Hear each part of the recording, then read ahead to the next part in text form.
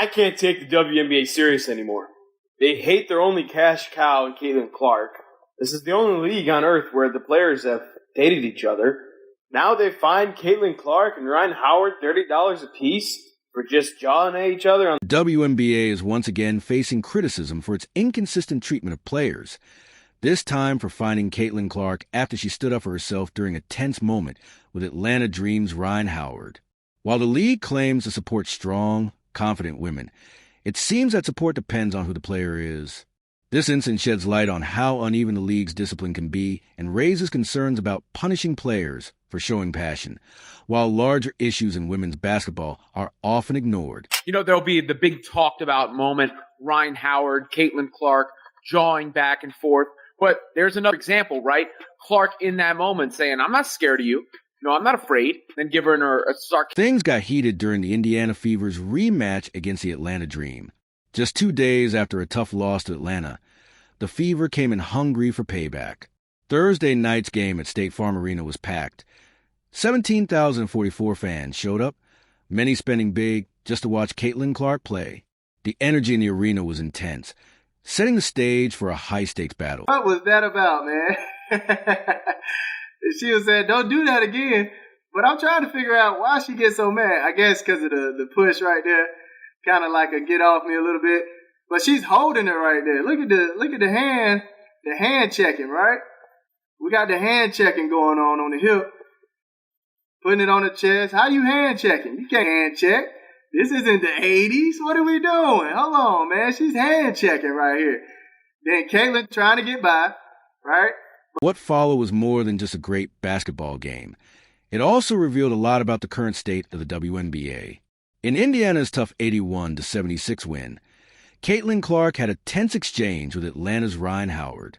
That moment stood out, not just for its intensity, but for how the league chose to respond. It was a kind of fire fans love to see in big games, grit, passion, and real emotion. The kind of drama that makes basketball exciting and unforgettable. I don't know what it is about giving Caitlin Clark foul calls that has the referees so averse, but calling more on her. And basketball is so mental. Like when you get into someone's head, it can really mess the rest of their game up. It can mess the momentum. Ryan Howard, clearly trying to take control and maybe shake up the league's biggest star, made contact that went beyond normal physical play. But instead of backing off or calling for a foul, Caitlin Clark stood her ground, showing the same toughness that's made her stand out throughout her career. What should have been seen as a powerful moment of competitive fire turned into controversy. Clark looked Howard straight in the eye and said it plainly, "I'm not scared of you." And in case you're wondering what Caitlin Clark said just there was, "I'm not scared of you." She's going to have to wear a hard hat this season. I mean, seriously. The league is going to try to take her out in every game. The crowd exploded with energy after that fierce exchange, a true display of the kind of competitive fire that makes pro sports so exciting. This was basketball at its best. Two top-level athletes going all out, pushing each other to the limit, with neither one backing down. It was the kind of moment that creates legendary rivalries and fires up fans. But in today's WNBA, standing your ground seems to come a price. What happened next revealed deeper problems in how the league handles discipline and player behavior. Instead of recognizing Clark's response as part of the game, or even celebrating her fire, the WNBA hit her with a $30 fine. While the amount is small, the message behind it isn't. It raises real questions about what the league wants from its players. The WNBA promotes itself as a league for strong, fearless women who won't be pushed around. Its marketing highlights empowerment, toughness, and grit. Yet, when one of its biggest stars shows exactly that, the league answers with fine and quiet disapproval. Did really enjoy seeing the return of Trash Talk Caitlin Clark, because sometimes people forget, it's a fun little extra add-on of her game. She and Ryan Howard got into it a bit early, where Ryan Howard was like, "You're in Atlanta." And timing of the league's punishment says a lot. All season, Caitlin Clark has been on the receiving end of nonstop physical play. More about testing her toughness than sticking to clean basketball. From Angel Reese's constant jabs on social media to the repeated hard fouls and tense face-offs, Clark has stayed calm and professional throughout. But the one time she speaks up, using words, not actions, the league decides she's gone too far. This kind of selective discipline sends a wrong message. The WNBA has allowed months of back-and-forth drama online, vague insults, and subtle digs between players to go unchecked. No fines, no warnings. But when one player makes a direct, honest comment in the heat of a tough game, that's what crosses a line. It raises serious concerns about how the league views competitive spirit and who's allowed to show it. Fans are petitioning for the All-Star game to not be held in Indiana because it's clearly not safe. There's a petition for Dave Portnoy to never be able to attend WNBA games. There is a petition for Caitlin Clark to be arrested. I'm not joking when I say this. Arrested. This is something that has also gone viral on social media.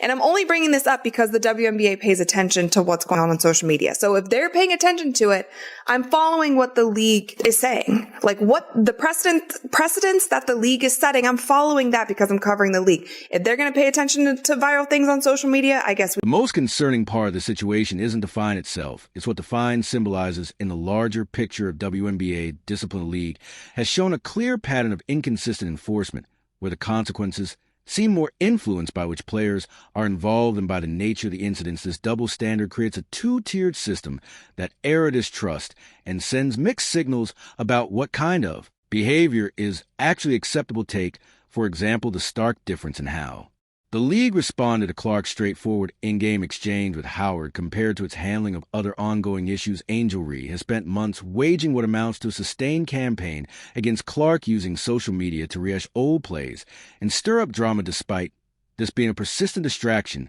there's been no fine, no warning, and seemingly no concern from league leadership about how this behavior reflects on the WNBA. The message is loud and clear: passive aggression, online feuds, and performative controversy are fair game, but speaking directly and competitively on the court is somehow beyond the pale. This upside-down disciplinary approach favors false harmony over real competitive edge, fostering a climate where players are subtly pushed to air grievances online instead of resolving them face-to-face like true professionals. To barely agile, the 2025 WNBA draft was meant to be a night of celebration, a spotlight moment where rising stars took their place in the league's future, but instead of a smooth coronation, a new talent, the night veered into chaos. Haley Vandal, the fiery and confident guard fresh off a strong college run, didn't just show up, she made an entrance and then took a stunning swipe at Caitlin Clark, the reigning face of women's basketball.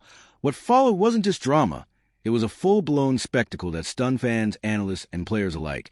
And the wildest part, it wasn't just a bold statement, it was a careering misstep that humbled Van Lith. Before she ever stepped on a WNBA court, imagine being at the Shed in Hudson Yards, New York City, buzzing with excitement. The 2025 draft was a big deal, riding the wave of a record-breaking year.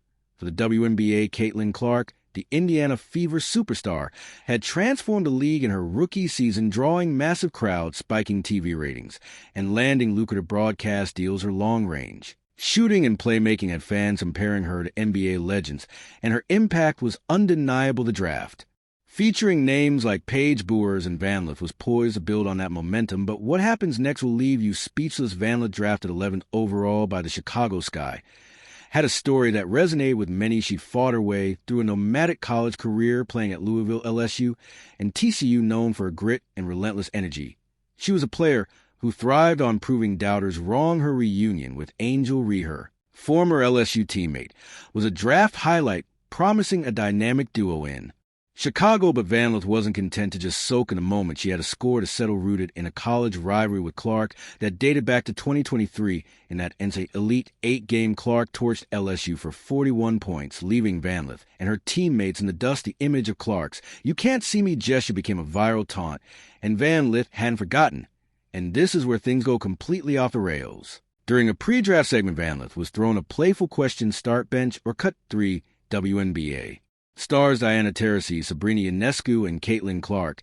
It was meant to be a fun icebreaker, but Van Lith saw an opportunity. With cameras rolling and the crowd hanging on her every word, she chose to start Taurasi, bench Ionescu, and cut Clark. The arena fell silent for a split second before erupting in murmurs. Social media lit up like a wildfire. Fans couldn't believe she'd gone after the league's biggest star so brazenly. But here's what they're not telling you: Van Lith wasn't done yet. In her post-selection interview, Van Lith doubled down. She didn't mention Clark by name, but her words cut deep. She talked about grinding her way to the pros, implying some players have been handed fame on a silver platter The jab was clear Clark, the media darling, was her target.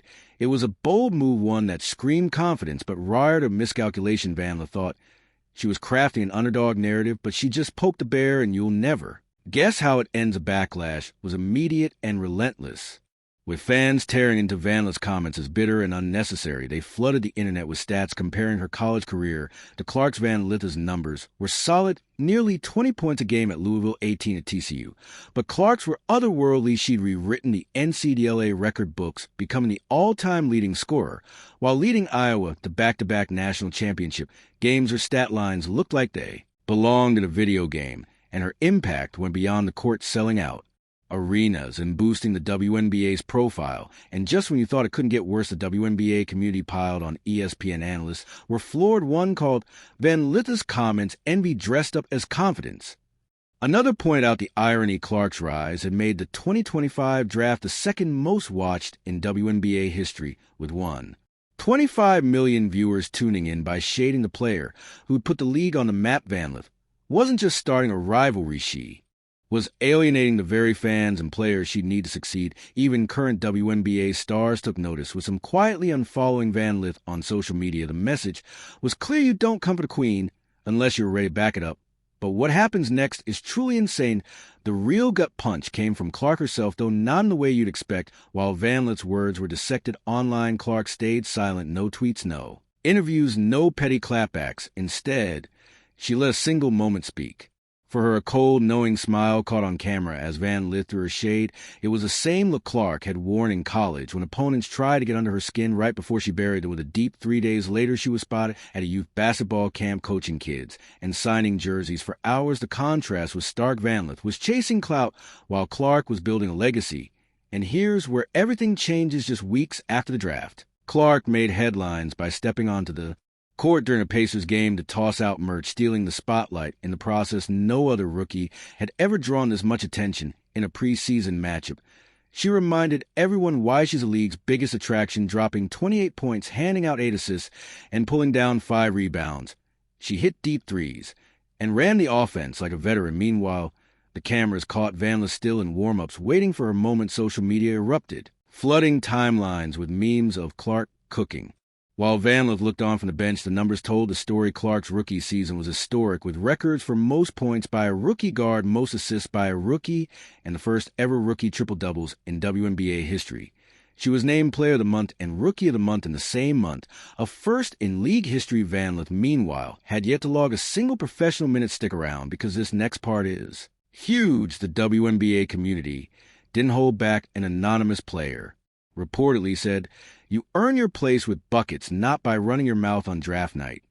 A veteran praised Clark for bringing more money and exposure to the league, urging Van Lith to show some respect. League executives knew Clark's value better than anyone. Ticket sales had skyrocketed over 300% since her draft declaration, and her merchandise accounted for nearly half of all league sales. New broadcast deals with ESPN and Amazon quadrupling primetime exposure were tied directly to her star power. Clark wasn't just a player, she was a one-woman economic engine. And if you think that's bad, just wait, because Van Lith's troubles were just beginning. Behind the scenes, of fallout was brutal. Reports emerged that multiple teams had passed on drafting Van Lith, wary her attitude and potential to disrupt locker room chemistry. One scout, speaking anonymously, said she was talented, but no Caitlin, and teams didn't want drama. Overproduction. Chicago Sky took a chance on her, banking on her connection with Ree to smooth things over. But even that came with pressure. Ree had navigated her own rivalry with Clark, learning to share the spotlight. Van Lith, it seemed, was still chasing it. And the final twist, it's something no one expected. The WNBA season opener pits the Sky against Clark's Fever, and it's already the most anticipated game of the year for Van Lith. It's a chance to prove her words weren't empty. But the pressure is crushing. Every missed shot, every turnover, every moment she's on the court will be compared to Clark's performance. Fans are already hyping Clark to drop another 40, with memes predicting a humbling for Van Lith. Her draft night comments didn't just start a feud, they set an impossible standard for a rookie yet to prove herself. And by the end of this, you'll understand why this is so important. Clark, meanwhile, remains unfazed. She's not here for the drama or the headlines. She's in the gym, as shown by her going 50 for 54 from 3 on her birthday. Her focus is on championships, not sound bites. Her rookie season set records: fastest to 100 3-pointers, most assists, in an all-star game and countless franchise milestones. She's not just a star, she's a league's future, with teams reshaping marketing plans and cities bracing for sold-out games. When she's in town, Vanlett's jab may have earned her a few retweets, but Clark is earning respect one jumper, one pass, one packed arena at a time for Van. That the road ahead is steep. She didn't just pick a fight, she picked the wrong one. The WNBA isn't college, where rivalries can thrive on trash. Talk alone, this is a league finally gaining traction. Thanks to Clark's hard work and humility. By trying to tear her down, Vanleth misread the room and painted herself as the antagonist before earning the right to be a rival. Every game she plays will be a referendum on her draft night words, with fans and analysts ready to pounce on every misstep. You'll want to see this through to the end, trust me. As the dust settles, one thing is clear: Caitlin Clark doesn't need to respond with words. Her game speaks louder than any interview could. Vanleth, on the other hand, has a lot to prove. When the Sky and Fever face off in May, the scoreboard will tell the real story. And that's where everything clicked into place. Because in the WNBA, talk is cheap, and Clark is already cashing checks with every bucket. Is the Vanleth-Angel Reese matchup a threat to Caitlin Clark's Indiana Fever? Let us know what you think in the comment section below. Get that originally far. You're taking advantage of it. I got her in free agency, and this is perfect opportunity now for Bailey Champlin as young point guard. WNBA is now facing a tough truth. Caitlin Clark is the league's biggest draw. Reports say she's bringing in around $10 million through her salary, endorsements, and bonuses. While some players seem frustrated by her rapid rise, it raises an important question.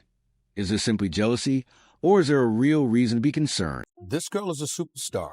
I've been saying it for years. I keep telling everybody she's the Steph Curry of women's basketball, college or pro. She is a superstar. I had the pleasure of doing an event with her on campus at Iowa a few months ago. I went there for my man Mark Shapiro, and I had a blast. She and I were on a panel together. She's a wonderful, wonderful young lady, incredibly poised. But this woman is the nation's leading scorer, averaging 31.5 points per game, shooting 40% from threes. She's hitting at least 5 three-pointers per game. Before Caitlin Clark entered the WNBA, the league struggled to break into the mainstream. Annual revenue hovered around $200 million, and the WNBA leaned heavily on financial backing from the NBA just to stay afloat.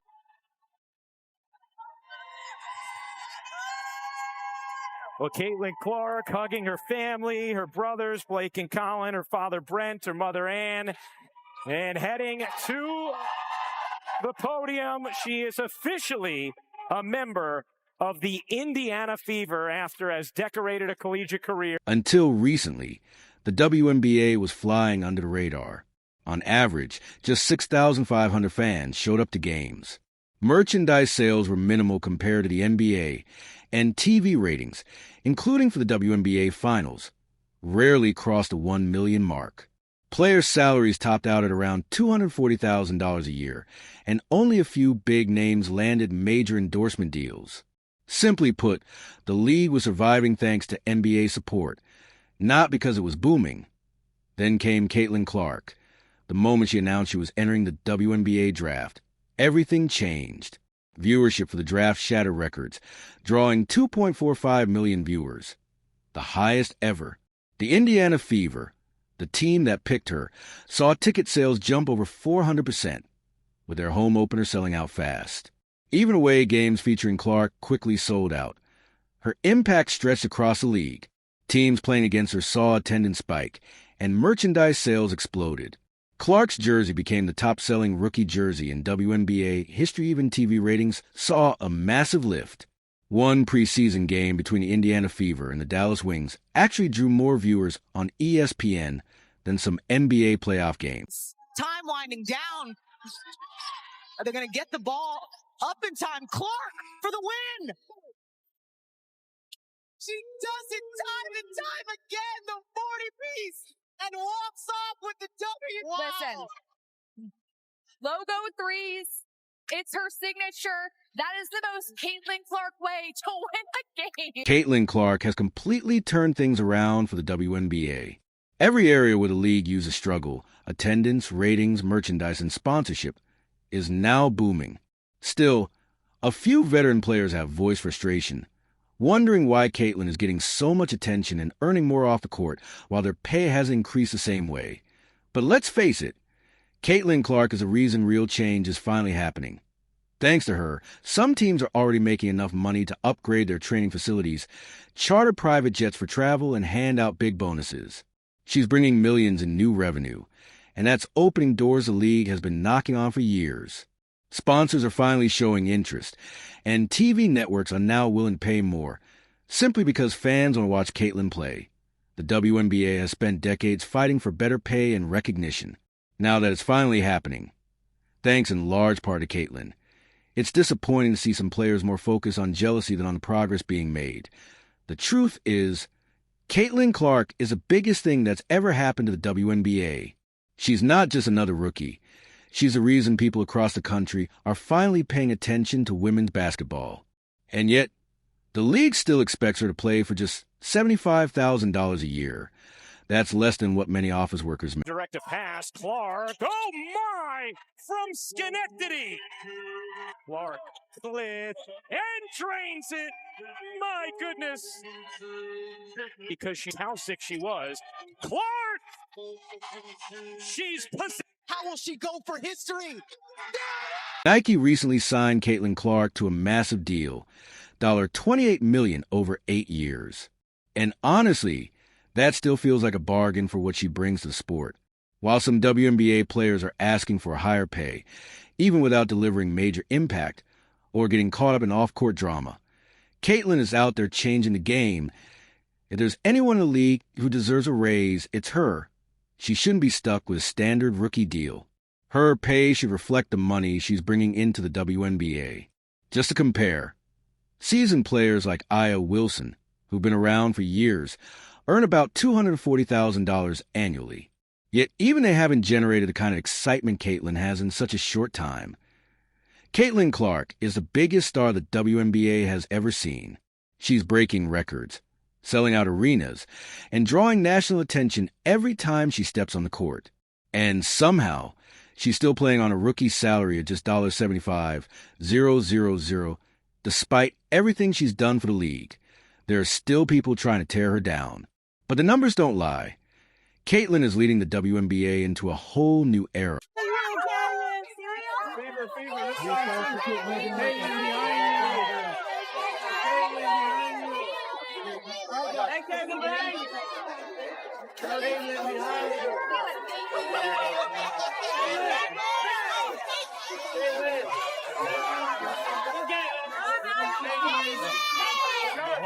Some WNBA players and media personalities have gone out of their way to downplay Caitlin Clark's success.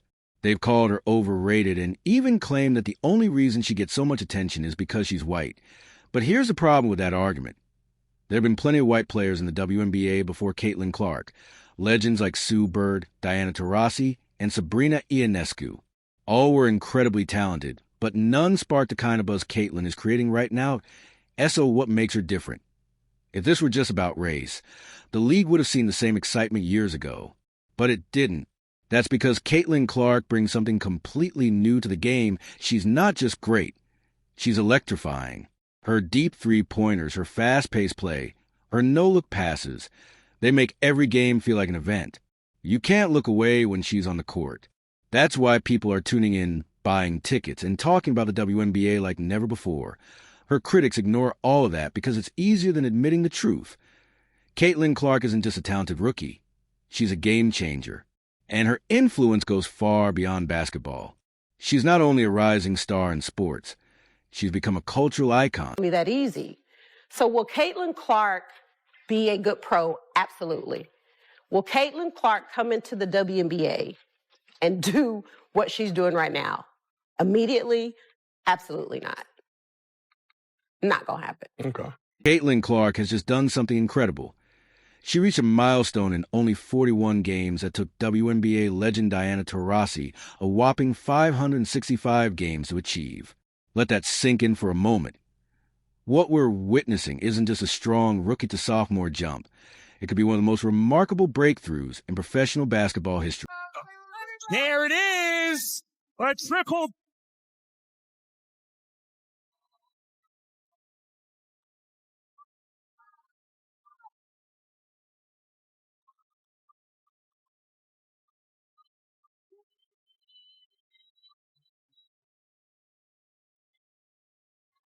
Everyone's talking about Caitlin Clark's triple-double, but that was just the beginning. In reality, Clark and the Indiana Fever broke 11 different records. In that single game against the Chicago Sky, I went through every moment of that dominating win, and what I found is nothing short of jaw-dropping. That triple-double? It was just the start of a historic night that completely rewrote the WNBA record books. Having the Fever organization be what it is today, like, it is just so fun to be a part of. There's been a lot of anticipation. You've done a great job in training camp leading to this moment. Enjoy it. Okay, go out there and have some fun. Everyone's talking about Caitlin Clark's triple-double, but that was just the beginning. In reality, Clark and the Indiana Fever broke 11 different records. In that single game against the Chicago Sky, I went through every moment of that dominating win, and what I found is nothing short of jaw-dropping. That triple-double? It was just the start of a historic night that completely rewrote the WNBA record books. Bonner is the 4th all-time leading scorer in WNBA history, and in her first game with the Fever, will likely move into 3rd all-time. She's currently just 6 points behind Tina Thompson for 3rd on the all-time scoring charts. With all the buzz around the Fever and Caitlin Clark, it was easy to wonder, would anyone even notice another major milestone unfolding? As the game against Chicago tipped off, that question hung in the air. Since 2009, DeWanna Bonner has quietly climbed the WNBA's all-time scoring ranks, making her mark with Phoenix, Connecticut, and now Indiana. Coming into this game, she was just 7 points away from passing Tina Thompson. The moment finally arrived in the 4th quarter. Bonner stepped the free throw line, needing 2 shots. The first one dropped cleanly, tying the record as the crowd erupted in cheers. Then came the second, just as smooth, pushing her past 7,488 career points. With that, Bonner became only the 3rd player in WNBA history to reach such a legendary scoring milestone, solidifying her place among the league's all-time greats. Bonner, who knocks it away. Cookies, TV, open court, right side, and she lays it in.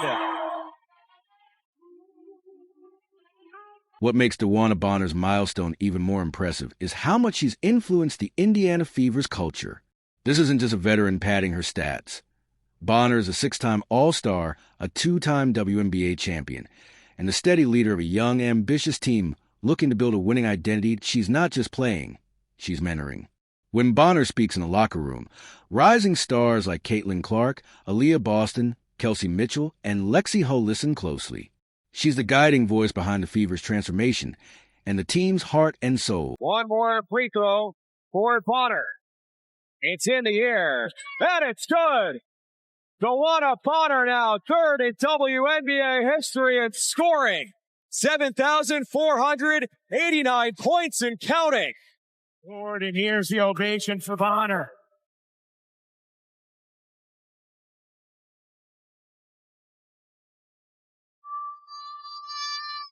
The Indiana crowd rose to their feet as the PA announcer celebrated DeWanna Bonner's historic achievement. In a league full of viral moments and rising stars, it was a powerful reminder that long-lasting greatness still earns deep respect. Bonner becoming the WNBA's 3rd all-time leading scorer wasn't just a personal win. It kicked off a night full of record-breaking performances. With only Tina Charles ahead of her at 7,696 points, Bonner now has her sights set on the number 2 spot. But her big moment was just the beginning. Another Fever star was about to prove why Indiana's future looks so bright. Remember when some critics questioned whether Aaliyah Boston could hold her own, especially against fellow South Carolina standout, the 6 feet 7 inches Camila Cardoso. DB is somebody that, he's a Hall of Famer, like a legend, not only a good basketball player, a great person, a great leader. The strongest voice in our locker room is hers. And it's fun to have been around here now for about a month just to get to learn from her and soak it in. And I'm really happy she got to do it at the free throw line and all the fans could go crazy and cheer for her because she certainly deserved that moment. And it was really awesome to see and be a part of. Aaliyah Boston came into her 3rd WNBA season with something to prove. She wasn't just trying to be good. She was determined to become a cornerstone of the franchise, side by side with Caitlin Clark. Together, they're building what could be the league's next great duo and the foundation for a long, successful run in Indiana. But the Chicago Sky weren't going to make it easy. Their front court came in brimming with confidence, especially Angel Reese, who spent the week declaring, on social media, in interviews, even during warm-ups, that she planned to dominate Boston in the paint. At Boston's response? A defensive clinic that stunned the crowd. She racked up 5 powerful blocks, swatting shots into the stands and bringing the home fans to their feet. Every time Reese went up for a shot, Boston was there, focused, relentless, and immovable. Her performance pushed her into 6th place on the Fever's all-time blocks list, a clear sign of her growing presence on defense. And she wasn't done. Boston also pulled down 13 rebounds, moving her into 8th place on the team's all-time rebounding list. An incredible feat for someone in just her 3rd year. Add in her 19 points in those 5 blocks, and she made history. Boston became just the 2nd player in WNBA history to start a season opener with at least 15 points, 10 rebounds, and 5 blocks. The first being Natasha Howard back in 2014. All right, y'all. Hey, good stuff. Okay, we did a lot of really good things. I thought our defense was really good. And when we had lapses, we played through possessions. All right, so we made things happen. Y'all, overall, just hell of an effort.